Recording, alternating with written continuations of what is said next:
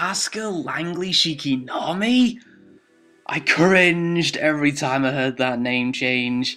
I mean, I know what Shikinami refers to, but there was no reason to change Asuka's name. Asuka Langley Soryu sounds a lot more catchier. Evangelion 2, the second movie in the rebuild of Evangelion tetralogy of movies, takes a lot more liberties this time around.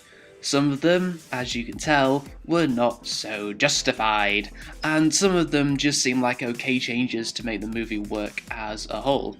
The changes themselves aren't super special, but the movie still retains some of the atmosphere that made the Evangelion series, in particular the third act, so engrossing. There seems to be an almost complete disregard of the second act of the Evangelion series. You know, the act where the relationships between all the characters are heavily developed dramatically and humorously, as the movie seems to be drawing more on the third act of the series.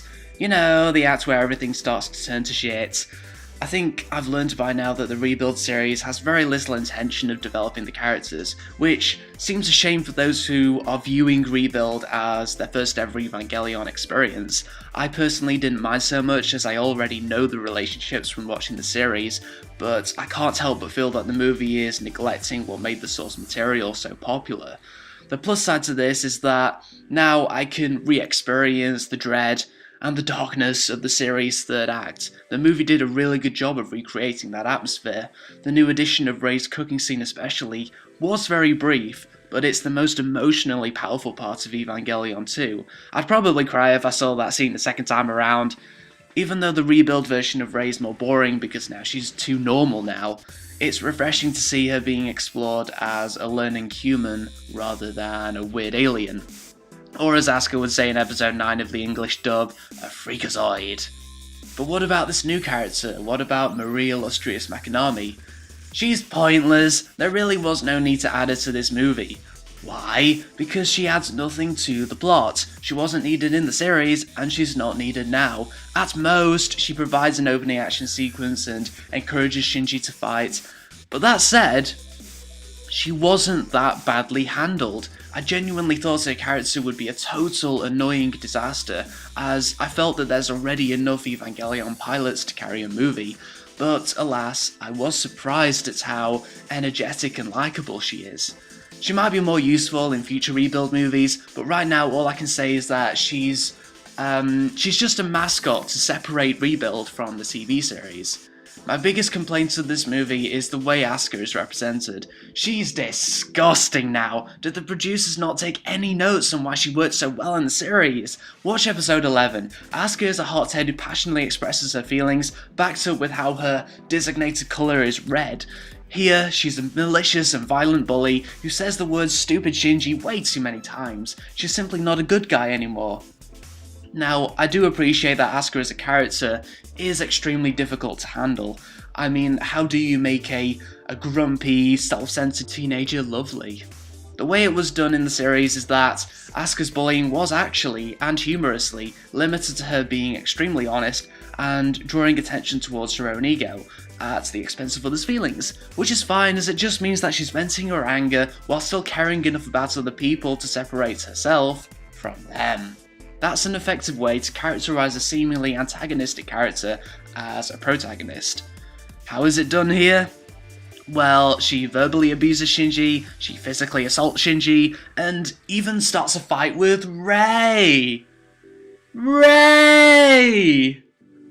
Those of you watching this, knowing what happens to Asuka at the end of the movie, may say that, oh, this new approach makes sense in the context of the story, but I think otherwise. I think the producers were very misguided on what Asuka means to the franchise. She's a passionate badass, not a violent douchebag. I don't like Asuka anymore, and it shouldn't be that way considering she's a main character. Hopefully, she'll change for the better in Evangelion 3. What the movie also attempts to recreate is the humour of the series. Now, I said it for Evangelion 1, and I'll say it for this movie, the humour does not work. Simply because the style is limited to serious anime only. No unrealistic faces or movements means that the attempts at comedy are very restricted in terms of expression, which ultimately kills the attempts. I mentioned before of Asuka's abusive moments. There's a part where she kicks a character, but since the facial expressions look serious, the act comes across as evil when I think it was trying to be funny. I wouldn't have minded if those limits were breached, but maybe it would have been better if the comedy was avoided altogether, as there's no point in forcing humour into a serious anime. The romance is forced too. Just listen to the excuse Misato gives to Asuka so that the two can talk about Asuka's love life. The addition of 3D was, in my opinion, inevitable. I mean, it's available, and it makes the animation process a little more easier, and it looks more modern, but 3D had the same problem back then, and it has the same problem now. 3D does not have the detail of 2D, so after I've done drying my tears after missing the flat detail from the series, let's focus on what the 3D does for this movie. While detail has been sacrificed, the architecture and action sequences are a lot more shiny and beautiful. Again, the 3D works very well for the reimagining of the angel monsters, as they are a lot more unpredictable, hence a lot more threatening. I think there was just enough beauty in this movie as to not distract from the plot, but it does beg the question as to why not more beauty was dedicated towards the society, showing off the society that the main characters are trying to protect. We are constantly reminded that humanity is being saved, but there's not enough focus on that humanity itself to warrant any care from me about them. It's as if the Evangelion monsters are saving no one besides a few residents of the small Tokyo 3, and this was only brought to my attention when there was a short sequence of Shinji walking amongst his local society. Just a few shots of the local residents doing their everyday thing would have drawn more sympathy from me. And what was the focus of this movie?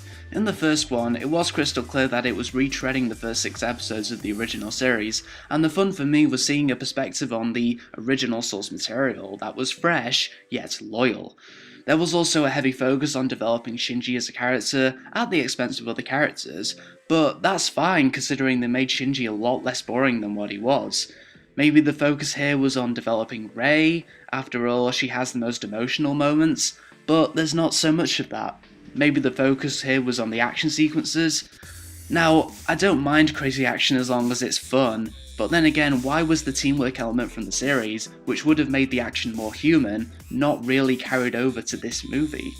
Whatever it was trying to do, the end result is a mess of epic battles and standard dialogue. I don't hate this movie, but it just didn't strike any chords with me. It was trying to entertain me with barely anything of substance. I miss the tight scripting of the series, I miss the original English voice actress of Rei. I feel like I'm going through the same emotions I went through back when I saw the first movie before watching the series. Evangelion 1, in that context, was boring as fuck because I was being thrown into a universe that I didn't understand.